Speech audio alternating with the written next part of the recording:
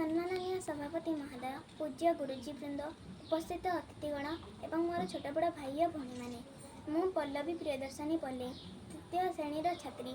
आज आम समस्ते कहीं एकत्रित होती अल्प बहुते आपण मानक जनाथिबो कारण आज होची अगस्ट मास 15 तारिख आमर पवित्र स्वाधीनता दिवस। यह होची 78तम स्वाधीनता दिवस। सर्वप्रथम यही पवित्र स्वाधीनता दिवस उपलक्षे मु आपण मानकु अभिनंदन जनाउछि। प्रकृत में यह स्वाधीन शब्दटी समस्तों स्वागत योग्य। पराधीन निश्चय कष्टदायक। जन्म ठारू मृत्यु, मृत्यु ठारू जन्म समस्ते स्वाधीनता ही चाहती। एमतीक बनर पशुपक्षी पंजरी रहिबा पई चाहती नहीं कारण समस्ते मुक्त, समस्ते स्वाधीन। दुर्बलतार सुजोग नहीं एकतार अभाव शत्रु माने आम देश को शह शह वर्ष धरी शासन करुथिले। इंग्रेज ईस्ट इंडिया कंपनी पूत पवित्र भारत भूखंड को करायत्त करी नैथिला। से दुखपूर्ण समय रे कथा कहिबा, काम करिबा, खाइबा, पीबा, उठिबा, बसिबारे आमर कौन से स्वाधीनता नथि। इंग्रेज माने आमको कुकुर मशा भली व्यवहार करुथिले। चाबुकरे माड़ मारी गध परी खटाउथिले। जेतेबेले इंग्रेज मानकर अत्याचार आम पई असह्य होई पड़िला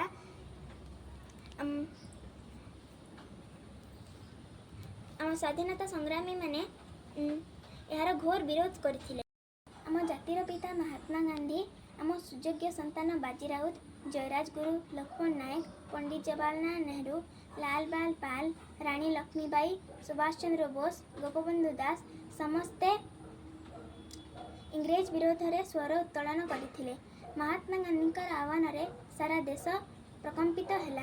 कुटी खाओ काटी विध स्लोगान सारा देश रे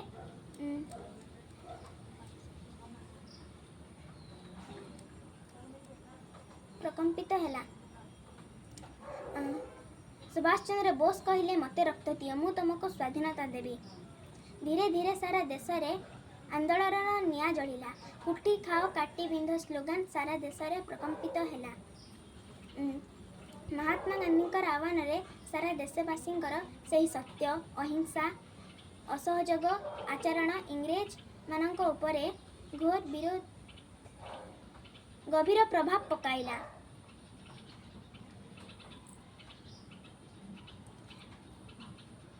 शेष में 1947 मसीहा अगस्ट मास 15 तारिख दिन इंग्रेज माने आम देश छाड़ी तांको देश को पलायन कले। से दिन ठारू आमे यही पवित्र दिन को स्वाधीनता दिवस रूपे पालन करी आसुछु। आजिर यही खुशीर दिन रे प्रति स्कूल, कॉलेज, ऑफिस सबुठारे आमे तिरंगा पताका फरफर होई उड़ुछि। जनगण मन आदि संगीत पवन रे बही आसुछि एवं आमको मने पकाई दउछि किपरि आम स्वाधीनता संग्रामी माने तांको बुंदा बुंदा रक्त बिंदुरे आमको स्वाधीनता करिसंती।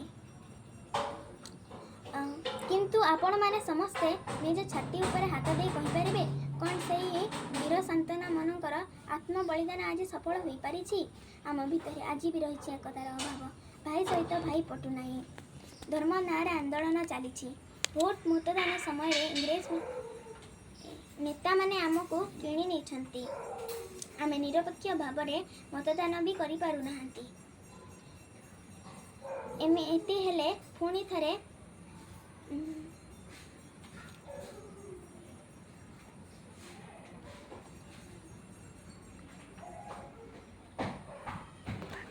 पराधीन हेबा पई बेसी समय लागिबो नाही। शेषरे मु एतिकी